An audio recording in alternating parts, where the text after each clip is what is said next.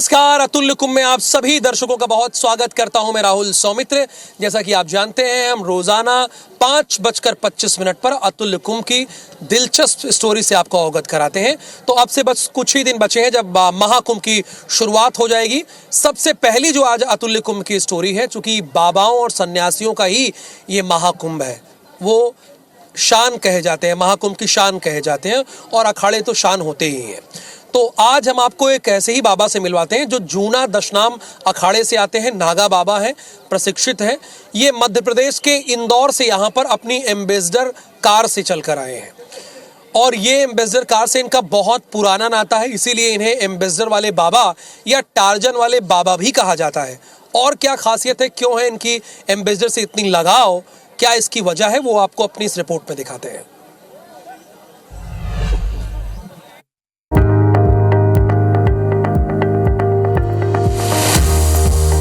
प्रयागराज में होने जा रहा आस्था का मेला बेहद खास है, क्योंकि ये पूर्ण कुंभ होने के साथ ही महाकुंभ भी है, जो कि 144 साल के बाद हो रहा है।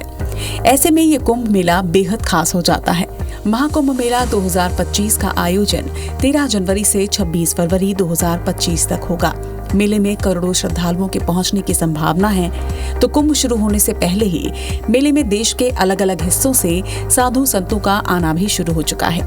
ये साधु संत महाराज अपनी पेशवाई से लोगों को आकर्षित कर रहे हैं। तो महाकुंभ मेले में इंदौर से एक ऐसे बाबा भी पहुंचे हैं जो कि एम्बेसडर बाबा के नाम से जाने जाते हैं। बाबा के टेंट में बाबा से मिलने के लिए श्रद्धालुओं की भीड़ लग रही है। लोग उनसे मिलने को आतुर हैं, उन्हें देखना चाहते हैं, क्योंकि उनका अंदाज ही कुछ निराला है। बाबा सोशल मीडिया पर भी छाए हुए हैं। इन्फ्लुएंसर्स भी एम्बेसडर बाबा पर खूब कंटेंट क्रिएट कर रहे हैं।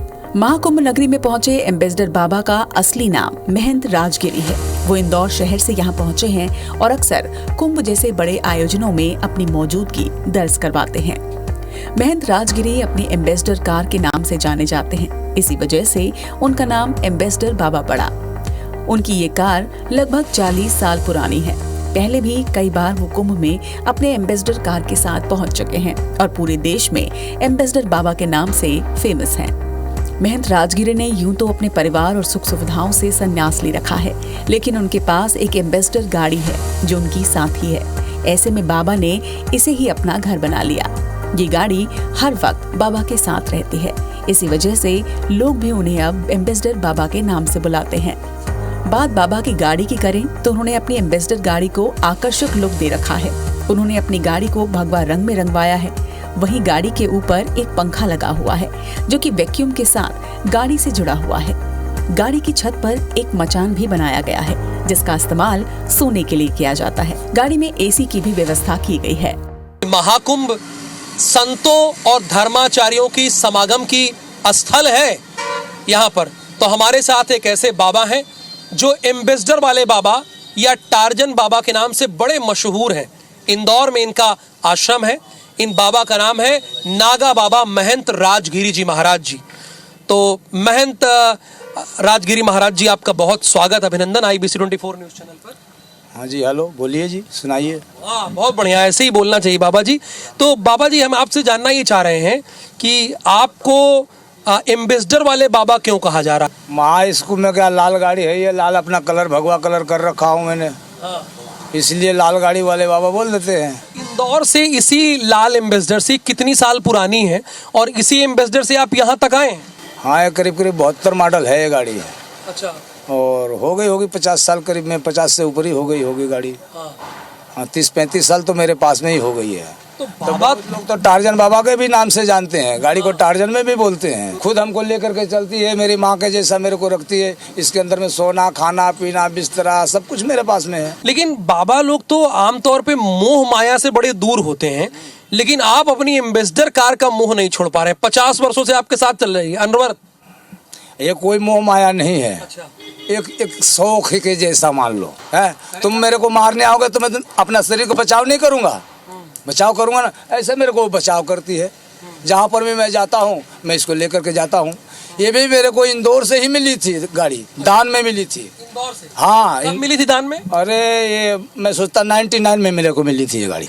ये टार्जन वाले बाबा के पीछे की क्या कहानी है? आप ये कहानी बस गाड़ी चलाते चला बोलते टार्जन फिल्म में वैसे थी गाड़ी वैसे थी गाड़ी, और बहुत तुम तेज चलाते हो गाड़ी, लकड़ी को लांघो मत भैया, बहुत गाड़ी को तेज चलाते हो, तो ऐसे करके टार्जन बाबा बोलने लगे। बाबा जी आपका नागा प्रशिक्षण कब हुआ था, किस सन में? सन कि तो इसका भी प्रशिक्षित होता है ना? हाँ 1998 से हुआ था। अच्छा, 98 में आप नागा प्रशिक्षित हुए तो 99 में आपको लाल एम्बेसडर मिली, ये जो एम्बेसडर है। और फिर उसके बाद में उससे पहले मैं ब्रह्मचारी था। बहुत धन्यवाद बाबा जी हमसे बात करने के लिए। तो महाकुंभ में बाबाओं के अलग अलग रंग IBC 24 आपको दिखा रहा है। तो नागा बाबा राजगिरी जो कि 7 वर्ष में ही सन्यास की इन्होंने दीक्षा ले ली थी, और 1998 में इन्होंने नागा प्रशिक्षित हुए, और उसके बाद लाल एम्बेसडर इनके साथ 99 में आई, जो अनवरत अभी इनके साथ बनी हुई है। वहीं एम्बेसडर बाबा एक और नाम से फेमस है। एम्बेसडर बाबा को लोग टार्जन बाबा के नाम से भी जानते हैं। बाबा ने बताया कि उन्हें टार्जन फिल्म की शूटिंग पर ले जाया गया था, जहां से उनका नाम टार्जन बाबा भी पड़ गया। राहुल सौमित्र, IBC 24, प्रयागराज। देखिए, अब बाबा कमंडल तक ही सीमित नहीं रह गए हैं कि उनके हाथ में कमंडल हो। अब बाबा बड़े अत्याधुनिक हो गए हैं। देखिए, जैसे कि इस बार का जो महाकुंभ की टैगलाइन है, दिव्य भव्य और डिजिटल, वैसे ही हमें एक डिजिटल बाबा मिले हैं। ये डिजिटल बाबा क्यों कहलाए जा रहे हैं, क्यों इन्हें डिजिटल बाबा कहा जा रहा है इस महाकुंभ की पावन पतित धरती पर, वो आपको अपनी इस रिपोर्ट में दिखाते हैं।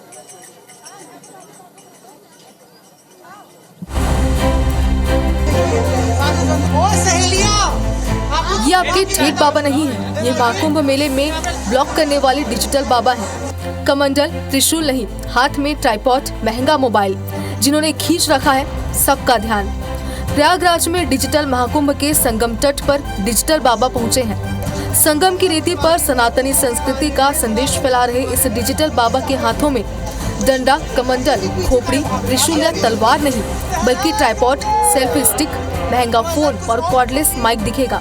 यही वो वजह है कि डिजिटल बाबा खूब वायरल हो गए हैं। डिजिटल बाबा सनातन धर्म के अनूठे प्रचार के तरीके के लिए भी चर्चा में है।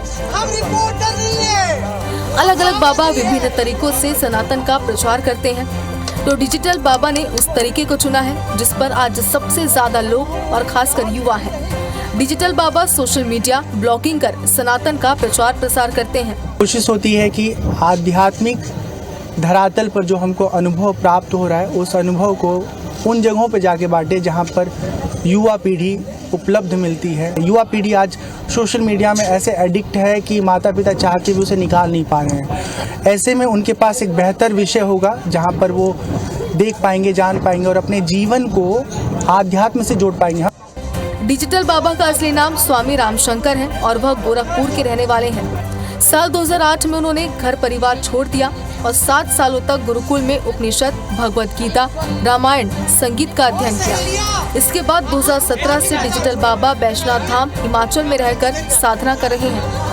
बहिर्मुखी जिंदगी जिए, लेकिन साथ ही साथ इंट्रोवर्ट भी अपने आप को बना के रखें, क्योंकि जब बाहर और अंदर में संतुलन रहेगा तभी हम खुश रह पाएंगे। अन्यथा जिंदगी में सुकून तलाशते रहेंगे, न पैसे से मिलेगा, न नौकरी से मिलेगा, न एक जगह से दूसरी जगह भागकर जाने से मिलेगा। सुकून भीतर है, और जब भीतर से स्वयं को अपने आप को जुड़ा हुआ अनुभव करेंगे तभी उसका अनुभव कर पाएंगे।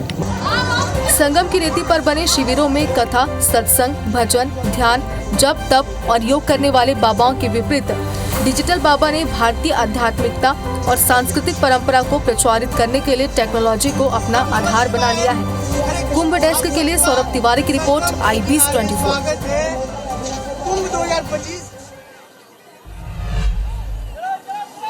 और आपने देखा कि डिजिटल वाले बाबा से हमने आपको मिलवाया, थार वाले बाबा से मिलवाया, रुद्राक्ष वाले बाबा से मिलाया, एम्बेसडर वाले बाबा से हमने आपको मिलवाया, और अब आपको एक ऐसे बाबा से मिलवाते हैं जिन्होंने अपने सर पर अनाज उगा रखा है। इसके पीछे की वजह है, वजह क्या है, उन्होंने ऐसा क्यों कर रखा है, आपको अपनी इस रिपोर्ट में दिखाते हैं।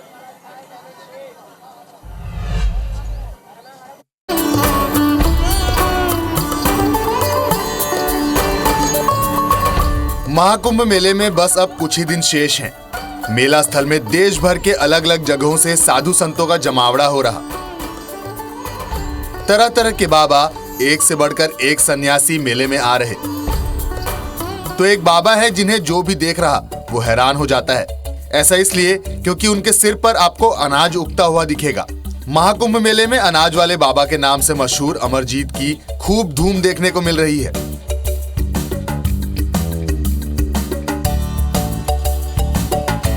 उत्तर प्रदेश के सोनभद्र जिले के रहने वाले अनाज वाले बाबा अपने सिर पर गेहूं, बाजरा, चना और मटर जैसी फसलें उगाकर आकर्षण का केंद्र बन गए हैं। सिर पर अनाज इन्होंने यूं ही नहीं उगा रखा है। पिछले 5 वर्षों से बाबा पर्यावरण की रक्षा के बारे में जागरूकता फैलाने के लिए इस असामान्य तरीके का उपयोग कर रहे हैं। हठ योगी अमरजीत बाबा का कहना है कि यह प्रयास शांति को बढ़ावा देने और हरियाली के महत्व को उजागर करने का उनका अनोखा तरीका है, खासकर तब जब वनों की कटाई की जा रही और पर्यावरण को नुकसान पहुंचाया जा रहा है, तब अपने सिर पर अनाज उगाकर बाबा पर्यावरण संरक्षण का संदेश दे रहे हैं। तो हमारा यही है, जो हमारा विश्व स्वतंत्र रहे, हम स्वतंत्र रहेंगे। वही प्रसाद है, जौ है, चना है, मटर है, किराए है, इसमें दाना आएगा, वही प्रसाद लोगों को बांट देते हैं। ये जो है इसमें दही से लिपाव होता है। लिपाव करने के बाद जब इसको धोना होता है तो मट्टी उठा के, काली मट्टी होती है, काली मट्टी से इसको धो दिया जाएगा। धो देने के बाद ये जटा खाली हो गया। फिर इसको 2-4 जने मिल के इसको बरिया के इसमें बिया डालते हैं। बिया जब पड़ जाती है तो इसको लपेट के बांध दिया जाता है। पानी 24 घंटा, यानी 3 महीना इसमें पानी पड़ेगा। यहाँ तक कि अनाज वाले बाबा फसलों को स्वस्थ रखने के लिए नियमित रूप से अपने सिर पर पानी भी डालते हैं। इसे देख लोग आश्चर्यचकित रह जाते हैं।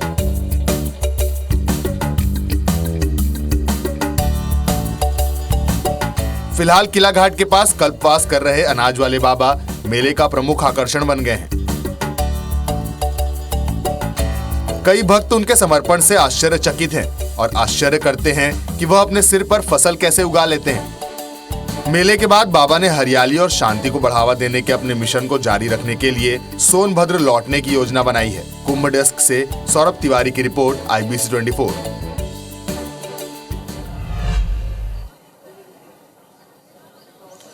तो आपने बाबा से मिला जिन्होंने अपने सर के ऊपर अनाज उगा रखा है। देखिए, आपके मन में एक ख्याल आना चाहिए और सबके मन में आता भी है। ये प्रयागराज का जहां महाकुंभ लग रहा है, जहां माघ मेला हर वर्ष लगता है, वो तंबुओं का शहर क्यों कहा जाता है? तंबू कैसे यहाँ पर बसा दिए जाते हैं? ये होता कैसे है? तो हमारी टीम ने कुंभ के विश्वकर्मा को खोज निकाला है। इनकी 4 पीढ़ियां ये लगातार ये काम कर रही हैं। आपको बता दें, इसीलिए हमने इन्हें कुंभ का विश्वकर्मा कहा है। लल्लू जी एंड सन्स इतने बड़े माघ मेला में, जो कि 10,000 एकड़ में फैला हुआ है, 4,000 हेक्टेयर में फैला हुआ है, वहां पर पूरा टेंट सिटी लगाने का जिम्मा इन्हीं के कंधों पर है। तो आपको ये रिपोर्ट दिखाते हैं।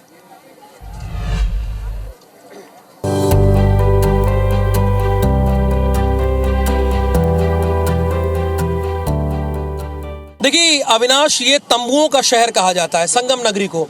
तो सोचिए 1 लाख से ज्यादा टेंट लग गए। 5 स्टार से लेके साधारण टेंट है। ये कहाँ से आए? क्या आपके मन में सवाल चलता है? बिल्कुल, हमारे मन में और आम जनता के मन में ये सवाल है कि आखिरकार इतने टेंट की व्यवस्था कैसे हुई, इतनी बांस बल्लियों की, इतने कपड़ों की व्यवस्था कैसे हुई? तो वो एड्रेस हमें मिल गया है जो यहाँ के 70% काम लगभग देख रहे हैं, जो तकरीबन अविनाश 100 सालों से काम कर रहे हैं। 100 सालों से। और मुझे तो लोगों ने ये भी कहा कि कुंभ का विश्वकर्मा इन्हें कहा जाता है, क्योंकि पूरा जो निर्माण की जिम्मेदारी है इन्हीं की है। तो चलिए कुंभ के विश्वकर्मा से आपको मिलाते हैं, और यही है लल्लू जी एंड सन्स। तो चलते हैं यहाँ पर, यहाँ के लोगों से बातचीत करते हैं और यहाँ की व्यवस्थाएं क्या है वो अविनाश ये भी जानते हैं कि कैसे ये पूरी व्यवस्थाएं हुई, कब से तैयारियां हुई थी। चलिए अविनाश, चलते हैं।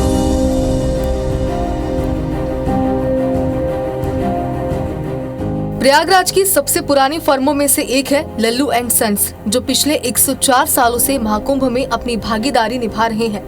परिवार की 3 पीढ़ियां महाकुंभ में नदी किनारे रेत पर पंडाल, स्वागत द्वार, मंच और अन्य व्यवस्थाएं संभालने का जिम्मा उठा रही हैं। इस बार महाकुंभ के लिए लगभग 68 लाख बांस बल्लियों का इस्तेमाल हुआ है, जबकि तकरीबन 100 किलोमीटर कपड़ा टेंट में इस्तेमाल किया जा चुका है। कुंभ मेले के लिए 1.5 साल पहले से तैयारी शुरू हो गई थी। पुराने टेंट को दुरुस्त करना, नए टेंट तैयार करना, बांस बल्लियों की व्यवस्था करना, इन सब में काफी समय लगता है। इस काम में लगभग 2000 से ज्यादा कर्मचारी दिन रात लगे हुए हैं। दिल्ली, अहमदाबाद, मुंबई सहित देश के कई बड़े शहरों से 15 से 20 हजार ट्रक सामान मंगाए गए। चूँकि संगम तट पर पानी भरा होता है, ऐसे में पानी कम होते ही तकरीबन 5 महीने पहले से उन्होंने कंस्ट्रक्शन का काम शुरू कर दिया था। टेंट को तैयार करने में 6 महीने तो उजाड़ने में लगभग 2.5 महीने लगते हैं। टेंट सिटी में वीआईपी लोगों के लिए wooden furniture, modern toilet, sofa chair, electricity, wifi जैसी व्यवस्थाएं करनी होती है, जिसमें भी काफी समय और मेहनत लगती है। जैसा कि आप जानते हैं कि प्रयागराज में महाकुंभ का आयोजन होने जा रहा है और इस महाकुंभ में 40 से 45 करोड़ लोग आने वाले हैं। लेकिन आपको पता है कि ये तंबुओं का शहर जो है वो बसाया किसने है, पूरा काम कौन देखता है? क्या कभी आपके मन में ये बात आई? मैं प्रयागराज का रहने वाला हूं, मेरे मन में भी अक्सर बात आई। तो आज मुलाकात हुई लल्लू जी एंड सन्स, यानी 100 साल पुरानी कंपनी है और संगम रेती में जितने भी टेंट लगाए जाते हैं ये सब यही लगाते हैं। आजकल उनके परपोते निखिल अग्रवाल जी ये पूरा काम देख कर रहे हैं और वो हमारे साथ मौजूद हैं। निखिल जी, बहुत स्वागत है आपका। Thank you sir. बताएं सर। पहली बात तो आपको थैंक यू कि आप इतना बड़ा टेंट सिटी बसा रहे हैं। तो काम है ये, हमारा तो एक काम है एक्चुअली। हम लोग पिछले 4 जनरेशन से ये कर रहे हैं। हम अक्रॉस इंडिया करते हैं, बट कुंभ हमारा मेन स्टे है, यहीं से हम लोग शुरू हुए हैं। तो we want to take it forward actually. तो ये इतना टेंट और इतनी बांस बल्लियां लोगों के मन में है, कितना यूज हो रहा है? आपके पास सारा कैलकुलेशन होगा, ये जरा हमारे दर्शकों को बताइए। क्योंकि ये मीडिया में चल रहा है कि इतनी बल्लियों का इस्तेमाल हो रहा है कि यहाँ से जोड़ेंगे तो अमेरिका पहुंच जाएंगे। 1 लाख से भी ज़्यादा टेंट्स होंगे और टेंट्स के अलावा हर तरह के स्ट्रक्चर्स जो आप सोच सकते हो, जो हमारी टेंट इंडस्ट्री में जो यूज़ होते हैं, सब यूज़ हो रहे हैं यहाँ पे। मतलब it is the largest probably आज तक जो कुंभ में हुआ होगा उसका सबसे बड़ा सेटअप होगा यहाँ पे। आप ये बता रहे हैं कि लाखों टेंट अभी आपकी तरफ से लगाए जा चुके हैं मेले में, जो 5 स्टार भी हैं और साधारण भी हैं। यस, सब कुछ। मतलब इसमें हर स्केल के, हर कैटेगरी के इंफ्रा होता है। जो हम लोग ऑलमोस्ट 70% काम कर रहे हैं पूरे मेले का और 70% काम कर रहे हैं। ये आपके पास इतनी सामग्रियां हैं कि आपने कहीं से मंगाई भी है? उज्जैन, अहमदाबाद वगैरह की सब आपके पास है? सर हम पैन इंडिया करते हैं काम एक्चुअली। करीब 20,000 ट्रक या 15,000 ट्रक मटेरियल आया है जो दूसरे स्टेट से आया है। कितनी शिप में मजदूर आपके काम कर रहे हैं लगभग? सही सब ये करीब 2,500 से 3,000 लोग काम कर रहे हैं हमारे लिए रेगुलरली यहाँ पे। बहुत धन्यवाद निखिल अग्रवाल जी हमसे बात करने के लिए। तो लल्लू जी एंड सन्स के जो ओनर है निखिल अग्रवाल जी, इनकी 4 पीढ़ियां यहीं लगातार काम कर रही है और अब तक इस महाकुंभ में 1 लाख से ज्यादा टेंट ये लगाए जा चुके हैं।